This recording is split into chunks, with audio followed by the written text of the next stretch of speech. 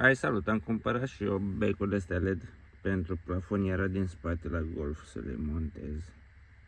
Să văd dacă luminează mai tare decât asta. I-am scos chestia asta de plastic de protecție, mi-am șcurțat-o. Are niște clipsuri pe aici cu o șurubință foarte subțire și plată. Se bagă undeva pe aici, cam așa, în zona asta, și se trage. Dacă vedeți, eu am deja stricat acolo, dar nu e o problemă că nu se uită nimeni în sus. În fine, astea sunt becurile pe care le-am montat acum și cam așa fac lumină și vreau ceva mai puternic și mai alb, dar să văd dacă reușesc să le scot, pentru că mi-alunecă mâna, de fapt degetele foarte tare și nu prea am cum să le scot. Și am luat mănușile astea să le pun. Dacă nu mi iese așa cu mănușa, o să dau cu niște bandă de asta Tesa pe bec, dacă o avea acum, și apoi să încerc să trag de ele, să dacă ies. Hai să vedem ce iese. Dacă nu puteți să scoateți becuri dintre astea W5W, lipiți așa niște bandă Tesa pe bec și apoi trageți ori cu mâna, ori cu mănușă ceva și iese. Ăla era înțepenit, dar nici pe contacte nu dau cu nimic și cam ăsta e rezultatul. Un bec LED și ăsta e becul normal. Dați-o alea puțin la diferență.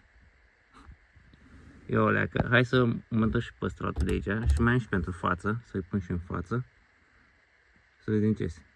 Că sunt canvas, văd că o să vedem după aia dacă dă vreme în bord. Era de fapt să încercăm acum să fim siguri. Nu după ce montăm încă 3 becuri. Hai să vedem. Cum puteți vedea, în bord nu am nicio eroare. Deci mai avem încă 3 becuri de montat LED. Ce am în față, cu o spatulă dintre asta, băgați pe aici așa frumos. Și pe aici și vedeți și clemele. Și iese, cel puțin astea care sunt cu bec normal. Mai sunt și plafoniere cu LED. Din câte știu și cred că se desfac altfel, dar principiul la fel. Să vă arăt și puțin așa calitatea becului LED. Sper că se vede. Telefonul meu are niște funcții macro, dar în fine, cam așa arată. Nu e el cine știe ce, dar pentru 12 lei, cât am dat pe el, are multe SMD-uri dintre astea. 4-5 SMD-uri. Și lipiturile sunt făcute cât de cât ok. Un rezistor, cred că e ăsta. 2 rezistori. Da? Sau controller pentru a regla.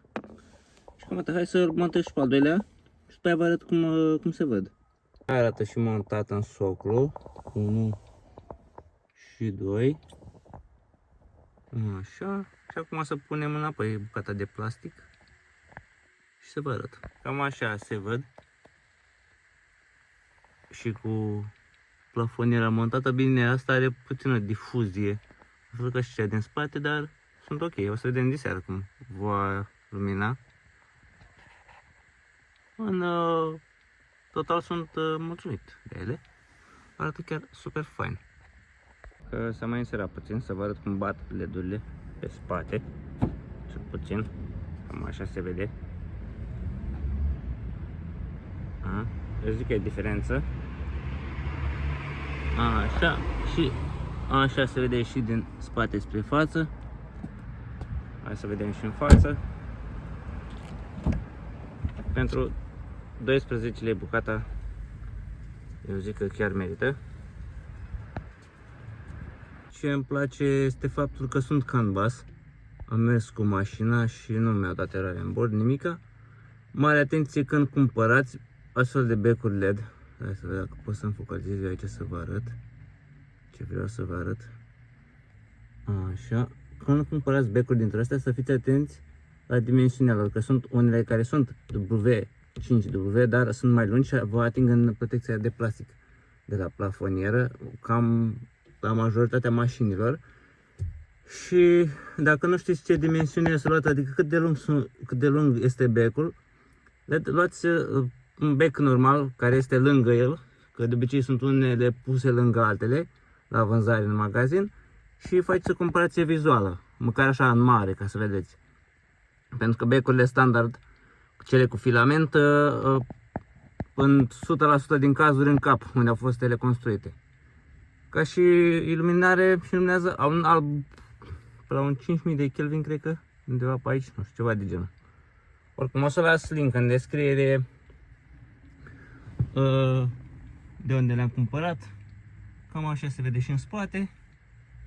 Eu zic că sunt destul de ok. Și o altă chestie pe care vreau să vă mai spun legat de ele. Când cumpărați becuri dintr-o astea LED și vreți să le montați în poziții, să fiți atenți să nu cumpărați cum am cumpărat-o dintr-o singură placă de textolit cu circuitele integrate lipite și la vedere mai ales, pentru că afară este o mezeală, este diferența de temperatură și în timp se pot strica. Mai sunt altele mai bune și mai performante de pe la Osram, de pe la Philips, la vânzare, dar eu am mers pe astea pentru că astea le-am găsit și am zis, bă, hai, de ce să nu încerc și eu? Pentru 12 lei, na, ce... Adică 12 lei setul, să ne înțelegem, că sunt două becuri și am cumpărat două seturi. Dar, na, cam asta ar fi, vă mulțumesc, v-am arătat, acum să...